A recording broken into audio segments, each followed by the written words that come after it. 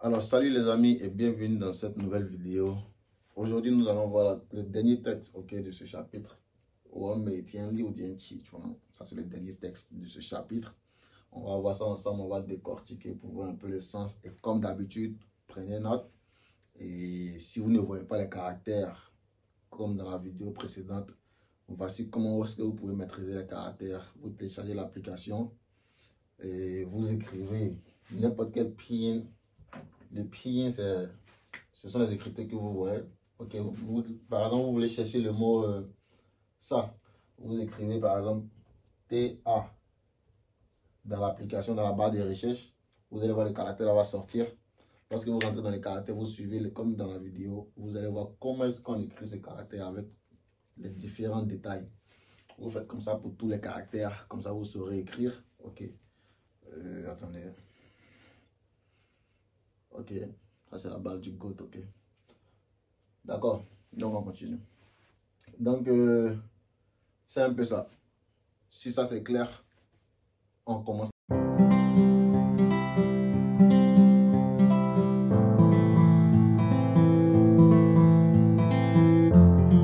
le premier dialogue, on lit ensemble. Je vous donne la traduction.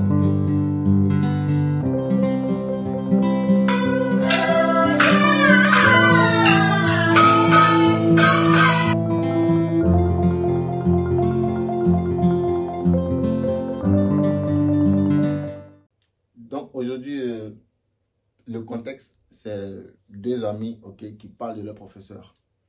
Donc le professeur s'appelle comment? Ici, lorsqu'on veut dire par exemple, c'est comme au pays, ou du moins un peu partout, quand on veut appeler un professeur, on utilise son nom de famille, par exemple Monsieur Tan, Monsieur Tan. Ici en Chine, c'est la même chose. Donc ça, c'est le nom de famille du professeur. Ça se lit Zhang, Z-H-A-N-G. Premier ton.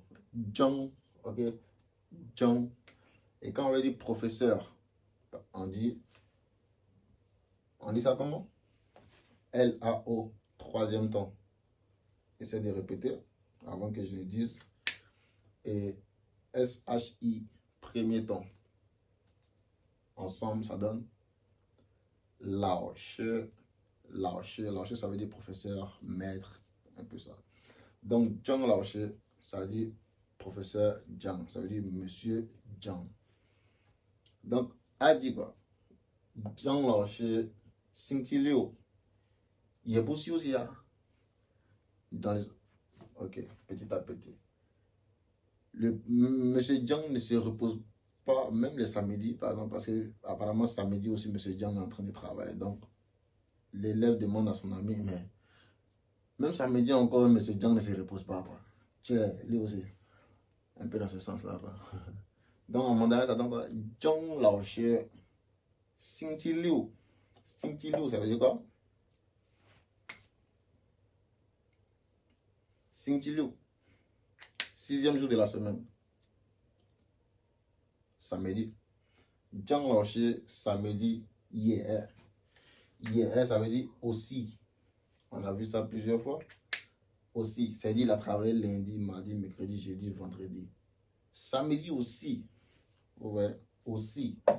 Beau, négation. Si aussi, on a vu dans les échauffements, ça veut dire se reposer. Donc, Zhang Lao Xue ne se repose pas samedi, quoi. Il a travaillé lundi, mardi, mercredi, jeudi, vendredi. Même samedi, encore, il ne se repose pas, quoi. C'est un peu ce que ça veut dire. Donc, en mandarin, ça donne, allons-y ensemble.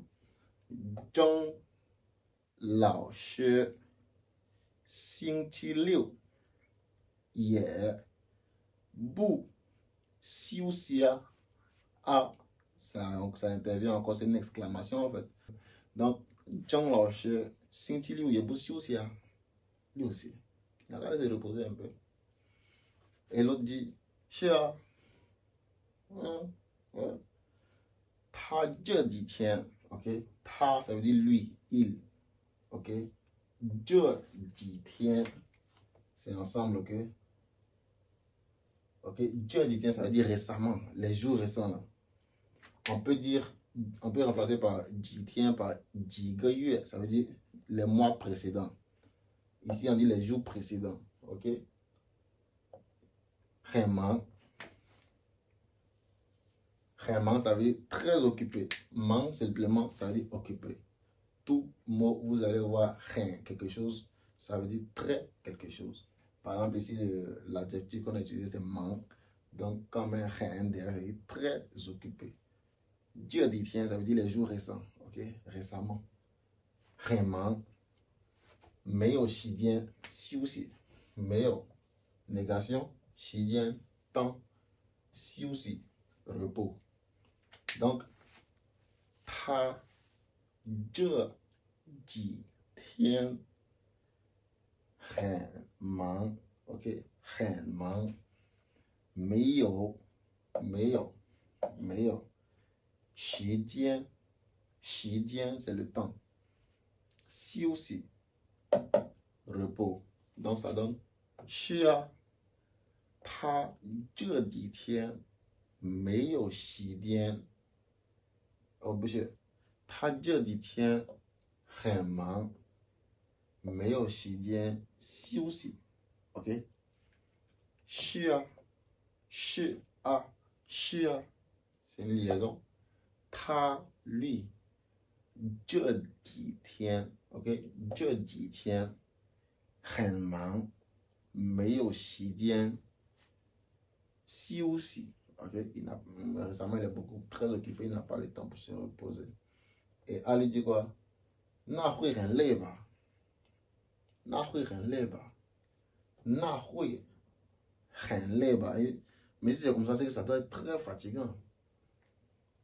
na oui c'est le verbe pouvoir genre une action future c'est s'il travaille comme ça quelque chose va se produire dans le futur et c'est quoi il sera très fatigué voici pourquoi on utilise les oui en mandarin on n'a pas de temps futur à proprement dit le futur s'utilise en ajoutant par exemple en utilisant le hui, ok? Le hui, la majorité des cas on utilise le hui par exemple. Récemment, il travaille beaucoup, n'est-ce pas? Et quand il travaille beaucoup, qu'est-ce qui peut arriver dans le futur? Hui, ici, nous montre une action qui peut se passer dans le futur. Donc on dit na hui hen leba. Si c'est comme ça, c'est très fatigant. Ok? Na hui hen leba.